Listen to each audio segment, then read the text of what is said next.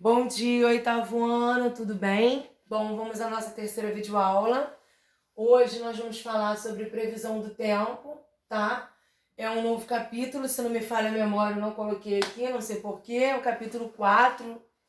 Vocês podem acompanhar pela página do livro, a partir da página 60, ou vocês podem também acompanhar pelo resumo que foi disponibilizado na plataforma para vocês, tá bom? Então vamos lá. Sempre uma introduçãozinha, né? Sempre bom. Importância da previsão do tempo, porque ela seria importante, né? Para tudo. A previsão do tempo ela é importante tanto para a gente dar um simples passeio, agora a gente não pode, né? Todo mundo ficando em quê? Em casa. Mas quando acabar esse surto, essa pandemia do Covid-19, se Deus quiser, não é de demorar, nós vamos poder voltar a sair, a gente vai poder voltar a ter nossas aulas e tudo mais. E aí, quando a gente quer dar um passeio, a gente precisa o quê? Checar a previsão do tempo, é o ideal, né? Para não pegar um temporal desagradável, dependendo do tipo de passeio, pelo meio do caminho, né? Até para se precaver, porque às vezes quando cai temporal tem enchente, enfim. Então, o ideal, ela tem essa importância. E, além disso, né? Ela não é só para isso. Na realidade, ela é importante para quê? Ela é importante para a agricultura. Eles precisam estar sempre ligados na previsão do tempo para poder saber quando plantar e quando colher, né? Para não ter tudo destruído, para não perder a plantação e para a coisa funcionar, né? Não adianta nada plantar se for um período de seca, dependendo do que vai plantar, eles têm que escolher o tipo de vegetal. Por quê? Porque senão planta uma coisa, um vegetal que precise de água. No período de seca, o que vai acontecer? Esse vegetal ele não vai vingar, porque não tem água, né? Então, eles precisam checar a previsão do tempo. O pescador precisa checar a previsão do tempo para ele poder ir para o alto mar para fazer a pesca dele, porque ele sabe que se tiver ventos muito fortes, ele não pode ir, porque ele corre o risco de ficar à deriva, ele corre o risco do barco virar, né? Então, eles também se ligam nisso. Piloto de avião, né? Não sei se vocês já perceberam na televisão de vez em quando, né? Voos adiados por conta de tempestade, por conta de temporal. Tem que ter cuidado, né? Claro. Tanto aviões, tanto os pilotos de avião, quanto que os marinheiros, né? Também. Essa questão de navio também tem que tomar muito cuidado, dependendo dos ventos, né? Aqui no Brasil a gente tem vento forte, mas não chega a ser como lá fora, né? Tornado, furacão, enfim, essas coisas a gente não tem, pelo menos por enquanto. Porque ciência é sempre assim, um dia a gente não tem, no outro dia a gente pode vir a ter, mas por enquanto a gente não tem.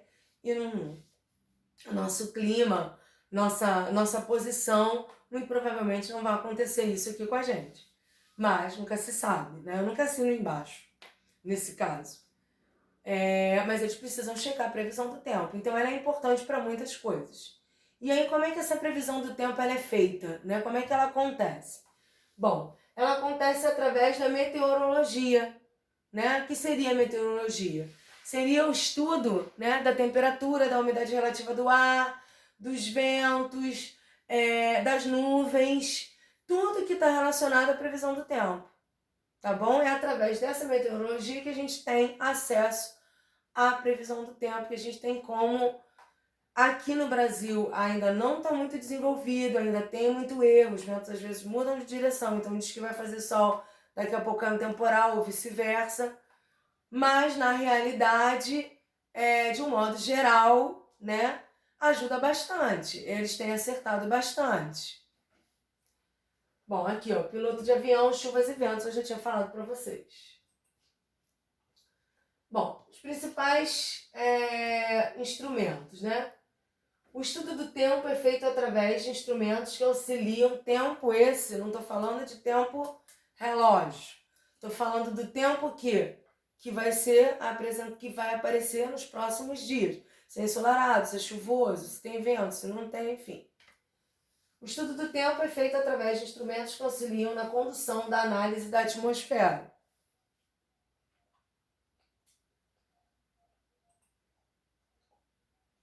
E aí a gente vai ter aqui agora todos todos os principais instrumentos que a gente utiliza para chegar na previsão do tempo, para conseguir fazer a previsão do tempo, tá? A gente não, eles utilizam, né? Eu não utilizo nada. Mede a temperatura, termômetro, mede a temperatura ambiental, acho meio óbvio isso, né? A gente também tem termômetro para várias coisas. Barômetro mede a pressão atmosférica, esse é um pouquinho mais desconhecido. Pluviômetro mede a quantidade de água, de chuva que caiu. Isso aqui eu não tenho que explicar, né, gente? Isso aqui decoreba, né? Higrômetro mede a umidade do ar. Balão meteorológico usado para o transporte de uma sonda que mede a pressão atmosférica e a umidade relativa do ar, tá? Biruta indica a direção do vento, isso é muito comum saber onde é aeroporto. Anemômetro indica a velocidade do vento, a biruta indica a direção desse vento.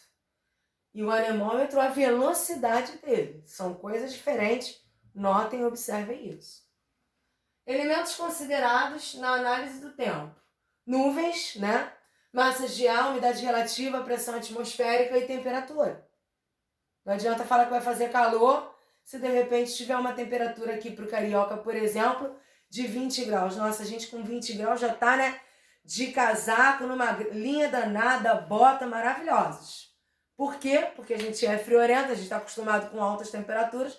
Então, quando faz um friozinho aqui, a gente já está todo protegido. Então, eles têm que levar em consideração aí essa temperatura. Às vezes, observe, a gente tem um dia ensolarado, mas não tá calor, né? A temperatura tá mais amena. E às vezes a gente tem aquele dia de chuva e tá um calor. E eu não aguento, às vezes, quando eu vejo as pessoas de casaco, eu fico pensando, meu Deus do céu, tá chovendo, não tá frio? Será que eu que tô doente? Não, é porque é engraçado, né? Choveu, tem gente que já coloca logo um casaco. Só que na realidade nem sempre junto com a chuva vem o frio. Muito pelo contrário, às vezes abafa muito mais o tempo, né? Então tem que levar em consideração esses fatores aqui para fazer a previsão do tempo. Com a ajuda daqueles instrumentos que a gente viu anteriormente, e esses fatores consegue-se fazer uma previsão do tempo razoavelmente de forma correta. Por que razoavelmente? Porque se o vento mudar de repente de direção, a previsão foi por água abaixo. Bom, vamos lá então. Perdão, gente, peraí só um instantinho. Nuvens. A observação das nuvens é a condição primordial para uma adequada realização da previsão do tempo. Veja a seguir os tipos de nuvens e suas características. Estratos. Também isso daqui é bem assim, decoreba, tá? Não tem muito o que explicar. Eu coloquei aqui, fiz um resumo para facilitar vocês e não tem muito realmente o que explicar. Vamos lá. Nuvens baixas e cinzentas, semelhantes ao nevoeiro. Podem indicar chuvas, tem esse nome por quê? Porque são várias camadas de nuvem que se sobrepõem, tá? Formando como se fossem estratos. Cúmulos, nuvens brancas com contorno bem definido. Provocam leves chuvas em forma de pancadas. Nimbos. Essa daí indica temporal.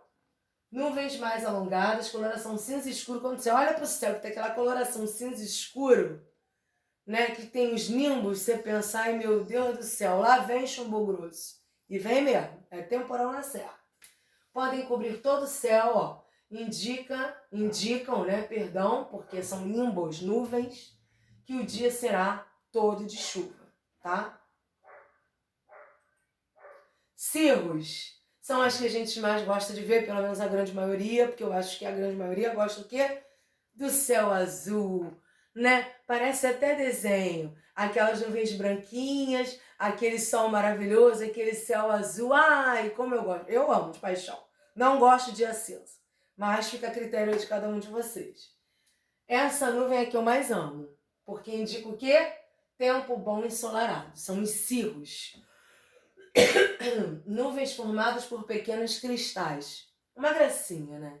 Uma gracinha. Tanto é que, assim, quando a criança começa a aprender a desenhar, normalmente a primeira coisa que ela faz é o quê? É o solzinho com essas nuvens no céu, né? No céu azul. E eu confesso para vocês que não saio desse desenho até hoje. Bom, vamos lá. Para a próxima aula, gente, nós vamos ter massas de ar, frentes quentes e frentes frias, umidade relativa e pressão atmosférica. Por que eu não dei o capítulo inteiro nesta aula? Porque eu acho que essa aula tem muita informação. Tem muita coisa que vocês vão precisar memorizar, né? Não tem muito o que entender. Vocês podem entender a importância da previsão do tempo, como ela é feita, mas essa questão, essa definição de cada aparelho, né? Da utilidade de cada aparelho, o que é levado em consideração, cada tipo de nuvem, são muitos detalhes. Então eu achei melhor dividir essa aula em duas. Hoje, então, nós não temos exercícios, eu não vou passar exercício para vocês. Eu vou terminar esse capítulo na próxima aula e aí sim vocês vão ter os exercícios para fazer, tá bom? Espero que tenham gostado. Um bom dia e até a próxima. Beijo!